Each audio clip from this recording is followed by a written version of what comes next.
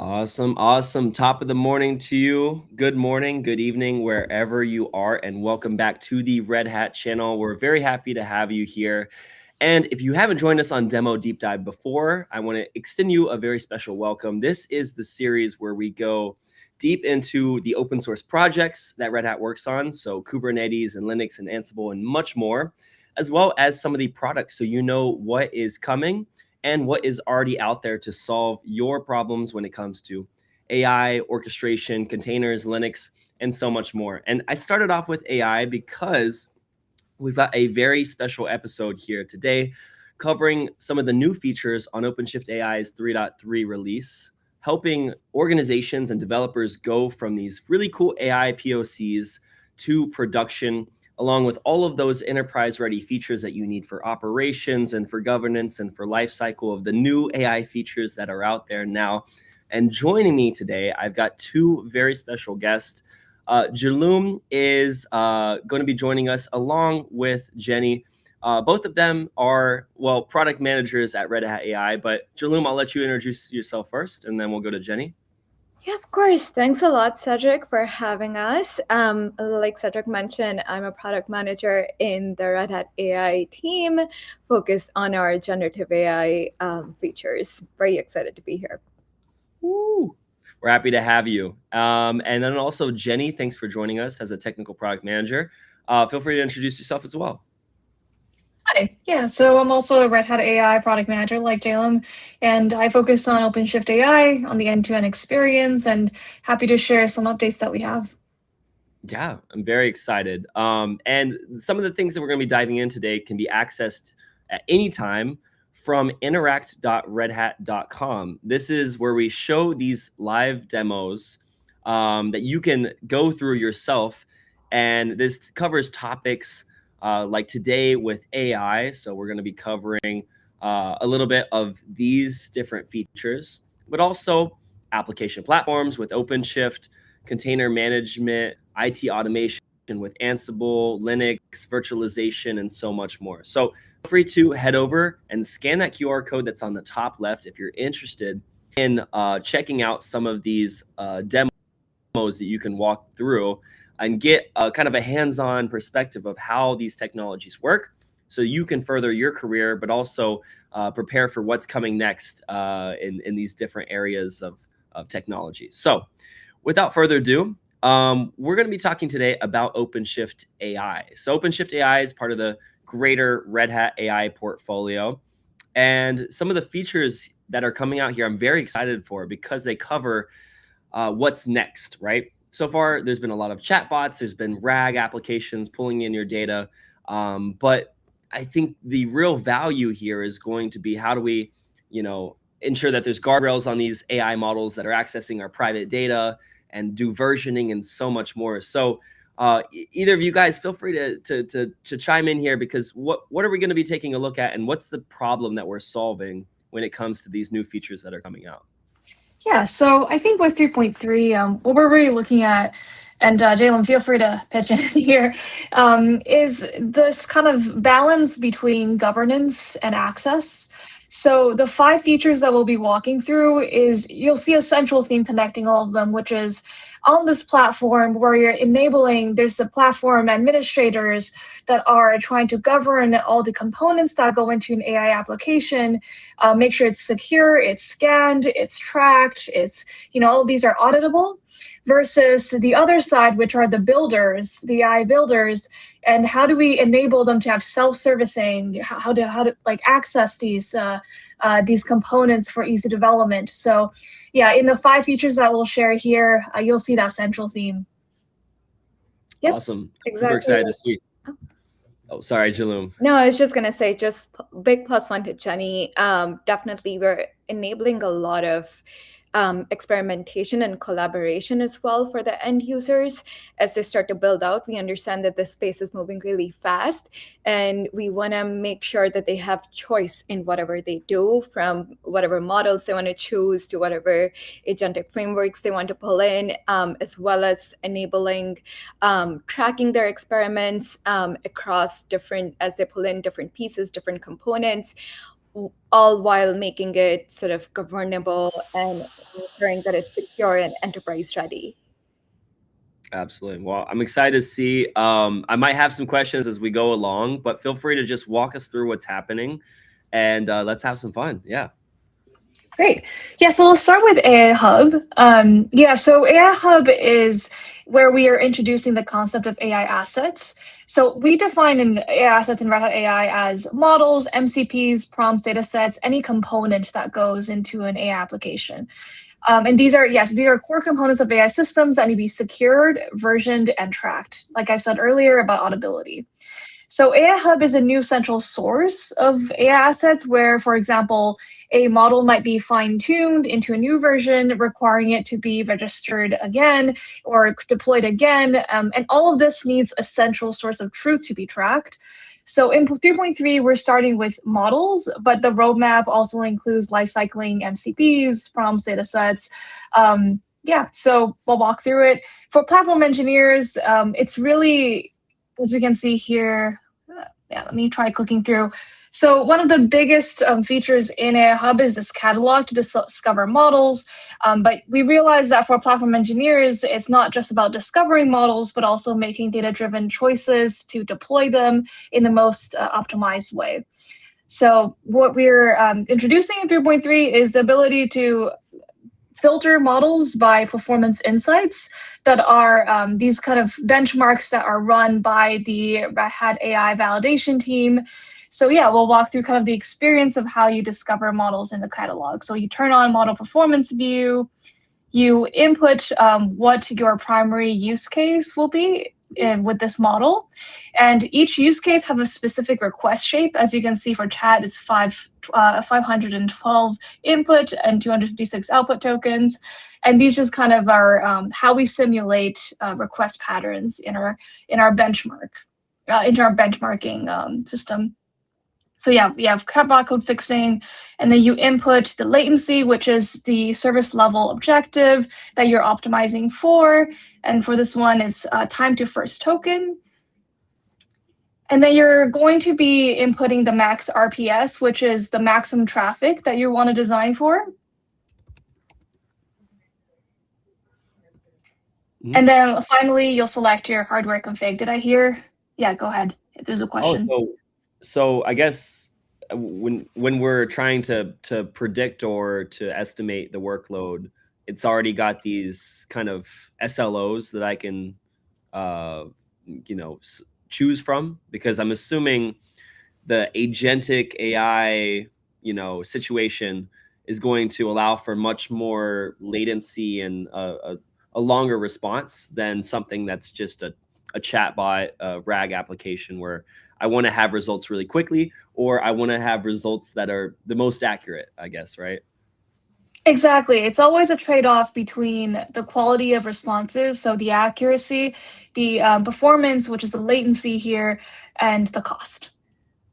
Okay, awesome.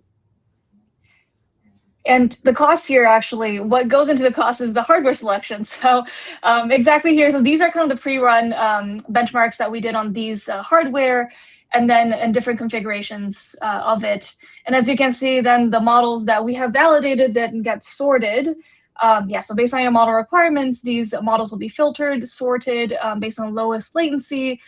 And it also say how many replicas, so how the scaling recommendation to meet your specific SLO. And then you can click into one of these models, look at the full benchmarks that we have run. And so for a specific model, you can even dive deeper. And you can then also compare it with other compressions. For this one is an FV8. So that's kind of a quick high-level walkthrough of how you'll navigate and understand the performance, cost, and accuracy trade-offs between different models. That's really cool. I feel like a lot of organizations or even developers kind of have to guess at first. They have to say, oh, okay, let's try it out, and then let's see with these results at the end with our actual data what to improve on. And now this is kind of shifting that to the left of, hey, here are some metrics for some standard type of workloads, and then you're more prepared to use a model than just kind of guessing with, oh, maybe I should get like A100 or H100 GPU. and hopefully this model will fit. You guys are kind of shifting this to making these smart choices before you even go into model deployment. I think that's really cool. Absolutely. Yeah, it's all about providing that flexibility, but then also providing the tools to be able to make the choice from like all of these options, right? Mm-hmm. Yeah, I love that. I love that. That's really cool. So that's the AI hub, or what's it Yes. called? Okay. Yes, the AI Hub. Yeah, and so if AI Hub is about discovery, then we should move on to, now you know what model you want to deploy, you know what hardware you're going to deploy on. Now, how do you, after deploying this model, make this accessible to the builders on your platform? Let me just switch to model as a service. So yeah, so in 3.3, we have a tech preview of model as a service experience. So basically, this feature came out of us realizing if we expect end users like AI engineers and data scientists to need to set up GPUs every time, configure them, serve models every time, it is just very inefficient from a cost, time, and resource utilization perspective. So most often, we'll have a centralized platform team on at these most enterprises. We expect that to be deploying model to be handling the model serving, optimization, and providing a centralized set of AI models that they control through role-based access policies, and they can where they can set usage limits and terms, and also handle model versioning. So all of this will be abstracted from your actual builders of these AI applications. So how do you do that? Oh yeah, go ahead. I think it's really cool. And also, if you don't mind expanding the window just a little bit to get the IMAX resolution on the arcade. Oh yes, for sure. Sorry about that. No, for I sure. think it's a cool analogy to like infrastructure as a service, where you've got providers like AWS, and you don't actually go in there and set up all the policies in a virtual machine. You just say, hey, I want to have this port open and this GPU accelerator and this configured, and then you just click, right? And so I think this is a cool way to move that simplicity that led to the cloud revolution now to AI. So I'm very excited for this one. Absolutely. So what we'll be walking through is the admin experience of creating tiers, what we call tiers at least, that links users to which users get what access to what models to under what usage constraints. It's really about tying three of these things together under the concept of tiers. So so we're going to be walking through how this screen works. You can see here that this tier was a free tier, and in this example, one might see no token or no request limit for that free tier because it's a cheaper model intended for everyday tasks.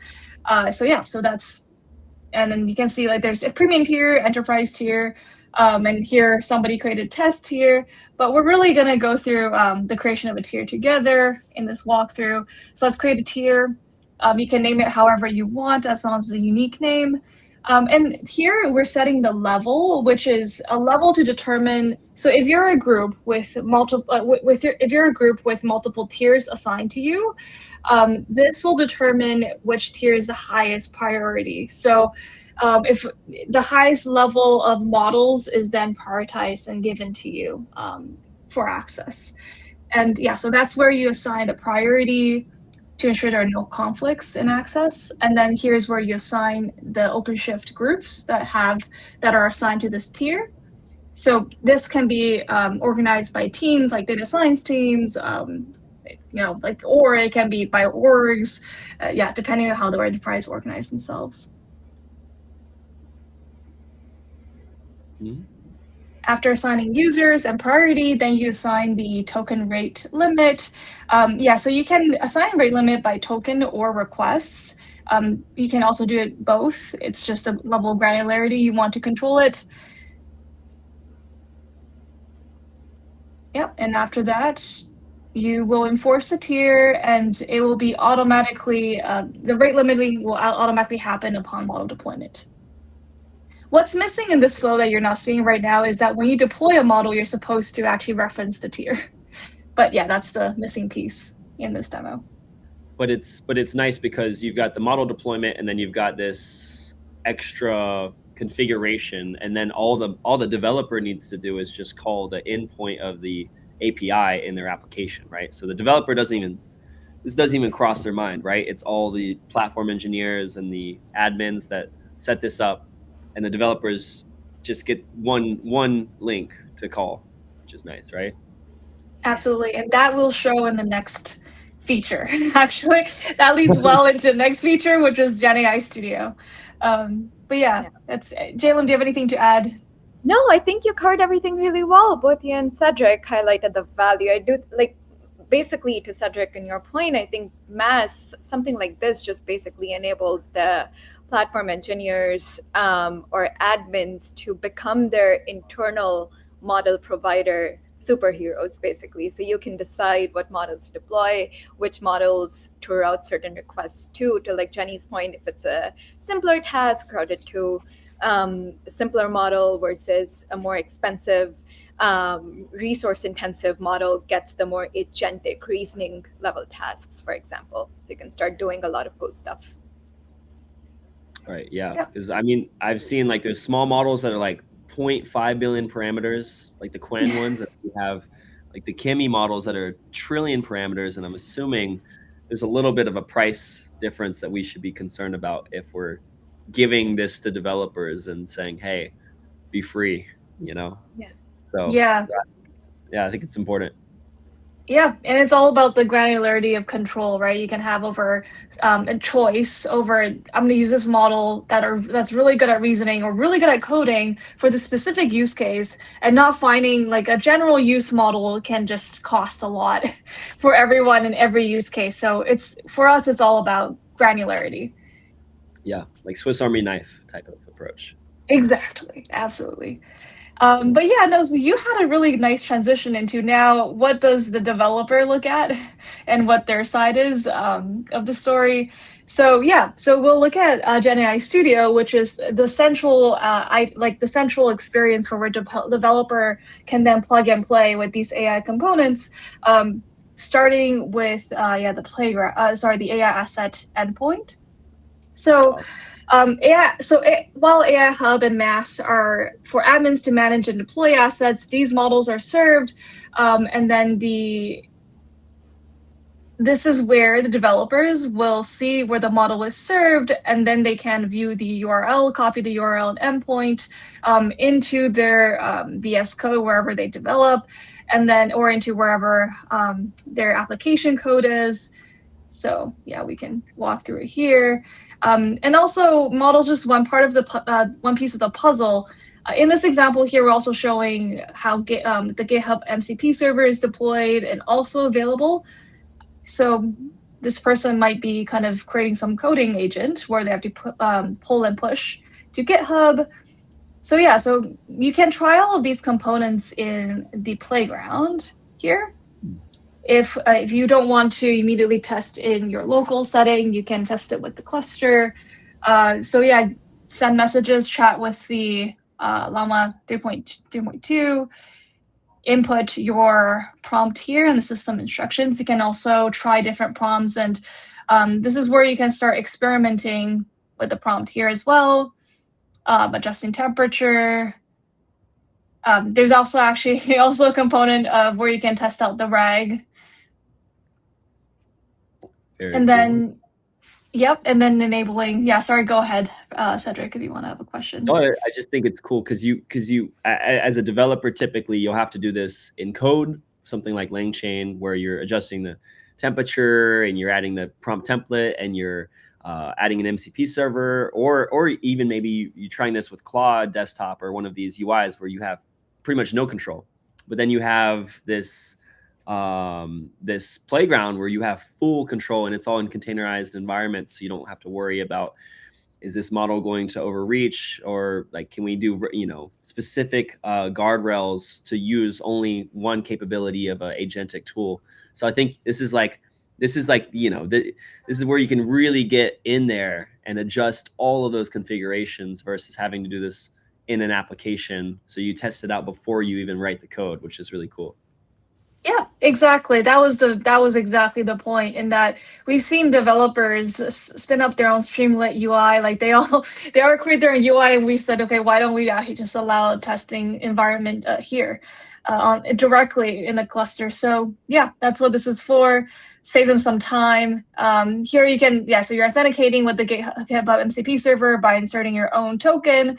But again, we're all about cost optimization, right? So here we're actually asking you to narrow your tools down to only the minimum that you need, so you're not wasting token, or so you're just really helping narrow the determinism, the interdeterministic nature of models, to be a little bit more deterministic.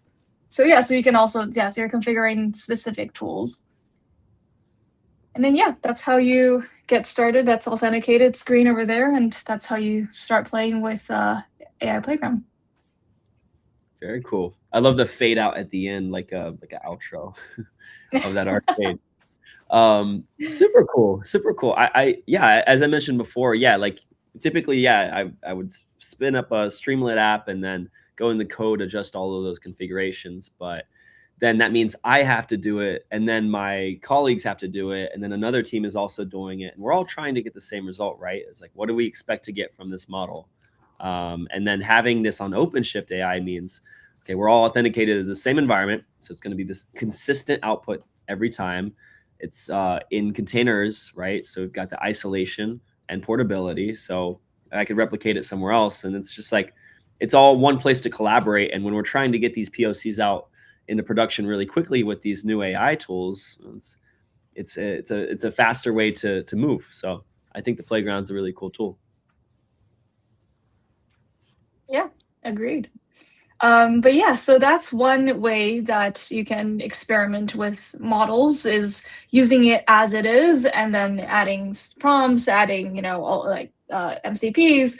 But another way is to actually go into the model itself and experiment. So I'm pass it to Jehlum to talk about how do you actually change the model itself.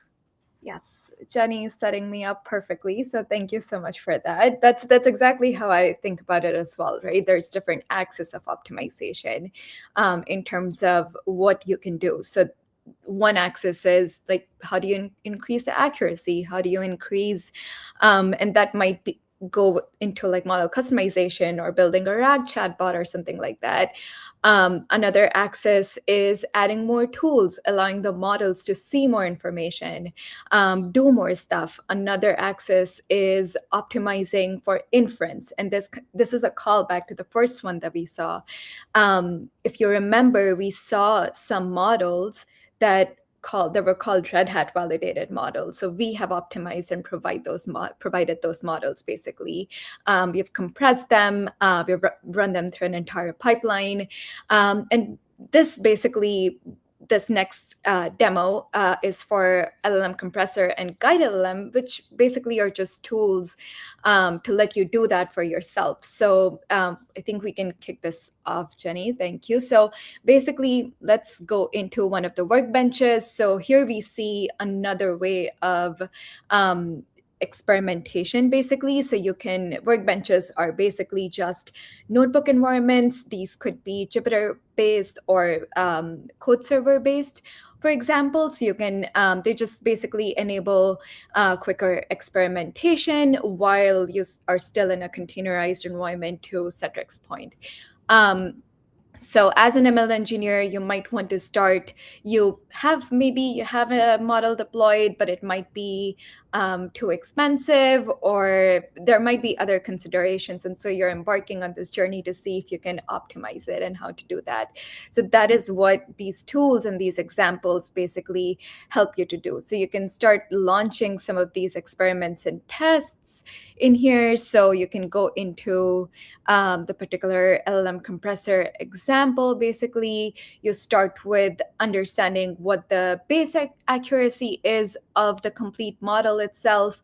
You always start with evaluations. As we know, you need to ensure, you need to measure, you need to evaluate something to know if you're truly improving on on it or not.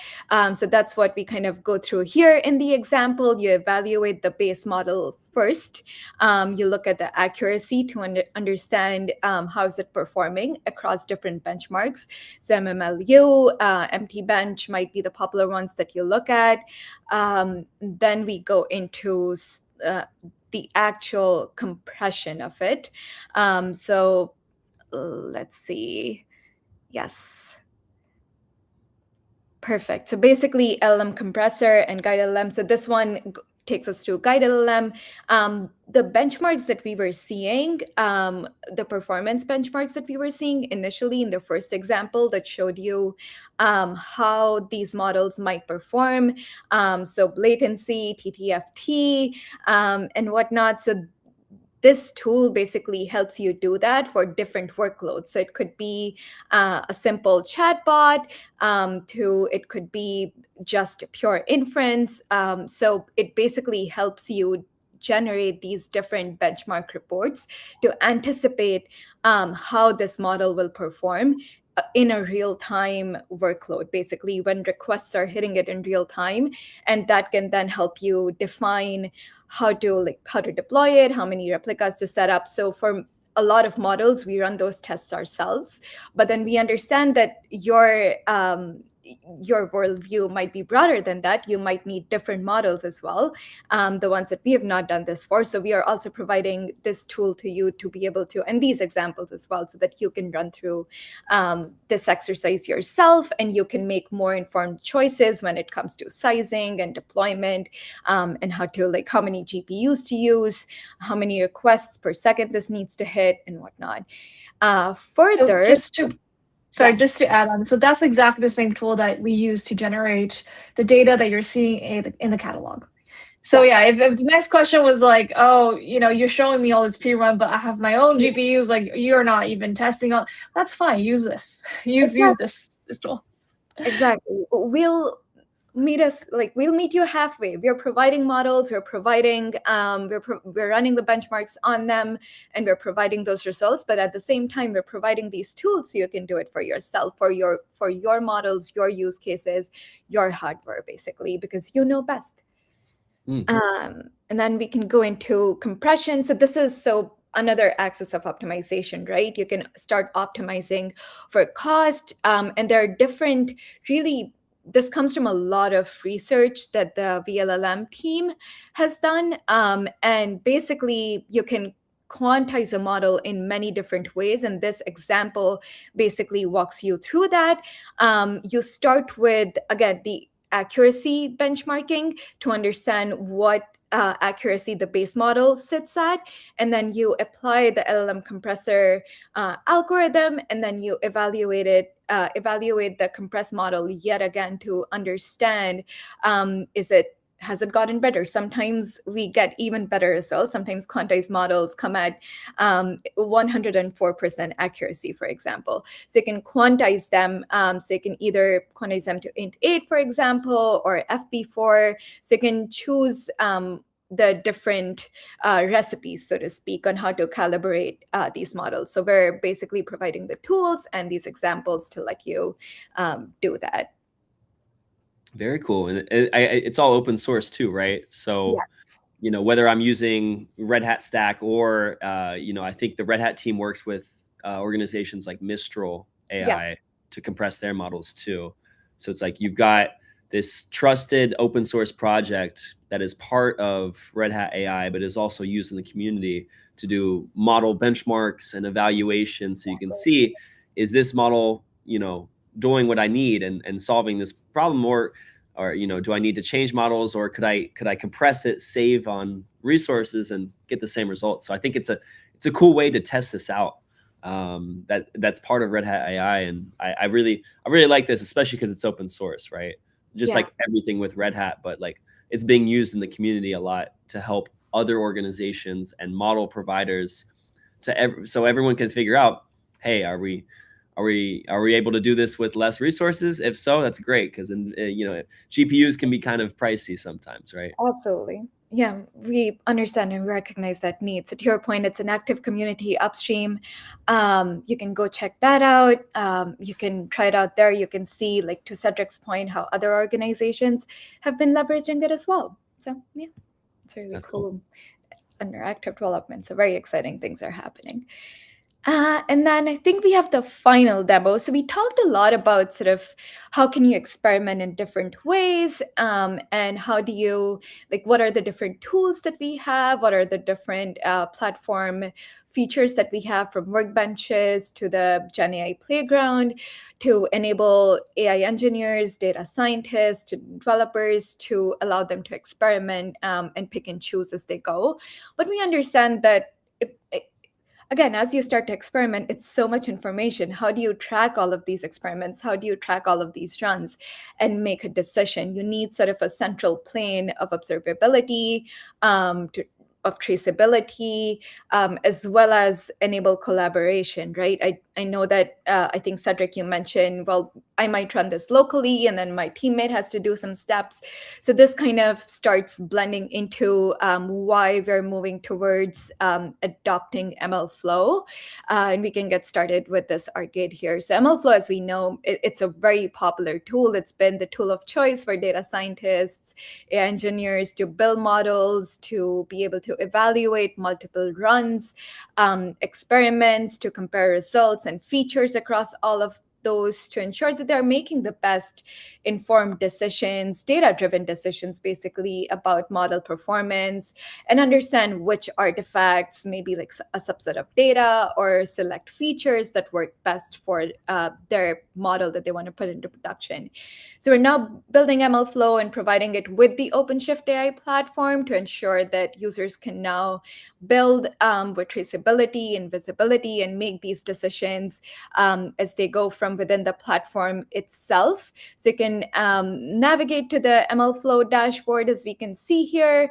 We can look into different experiments in a particular project. It's basically just an OpenShift or an OpenShift AI project, or a namespace, if you will, right? And you can look into the different runs, evaluate deeper to understand which model metrics have changed, and basically just understand, based on changing the input parameters, how did it affect the different metrics, like the F1 score or the accuracy? What does your loss curve look like? How many epochs do you need to run for?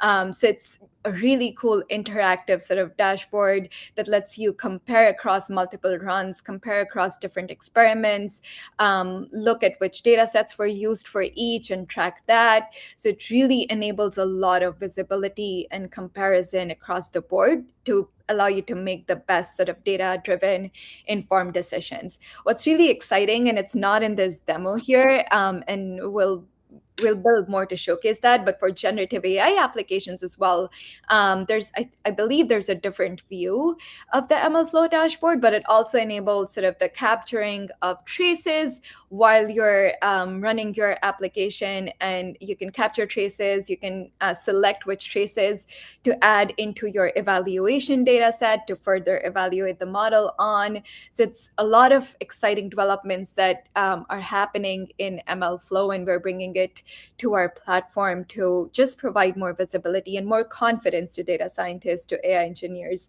as they sort of build, as they either do optimizations or build extensive agentic AI applications, and allow them to just have visibility, have reproducibility, and just contribute to evaluation-driven development. This becomes sort of the central source of truth.